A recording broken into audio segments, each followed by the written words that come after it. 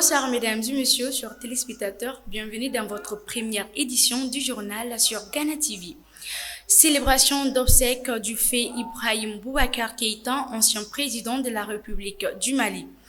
Son Excellence le président de la transition, le colonel Assimi Goïta, décrète un deuil national de 3 jours à compter du vendredi 21 janvier 2022 à 0h sur toute l'étendue du territoire national en hommage à l'ancien président de la République du Mali, Ibrahim Boubacar Keïta.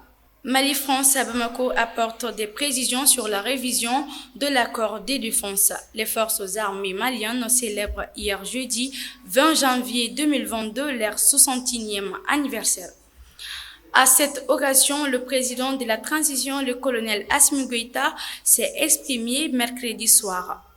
Il a rendu hommage à l'engagement, la bravoure et la solidarité à tous les Maliens engagés depuis une dizaine d'années dans la guerre contre les troupes terroristes. Parlant toujours de l'embargo au Mali, ce que demandent la Chine et la Russie aux institutions internationales. Le mardi dernier, lors du Conseil de sécurité de l'Organisation des Nations Unies, l'ONU a fait une proposition en visant à durcir le ton contre les autorités maliennes.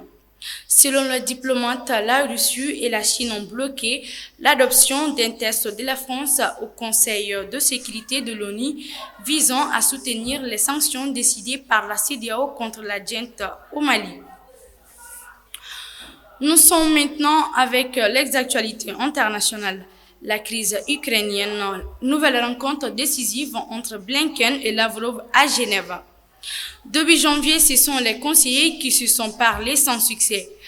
Vendredi 21 janvier 2022, les chefs de la diplomatie russe et américaine se retrouvent à Genève. Le secrétaire d'État américain Antony Blinken est face à son homologue russe Sergei Lavrov. Au Ghana, l'accident d'un camion d'explosifs fait de nombreux morts. Le jeudi dernier, près de la ville minière de Bosogo au Ghana dans l'accident d'un camion transportant des explosifs. Des bâtiments ont été touchés et les habitants rencontrent des scènes de désolation. Cet incident a fait plus de 17 morts et 59 blessés. Alors on souhaite un bon rétablissement aux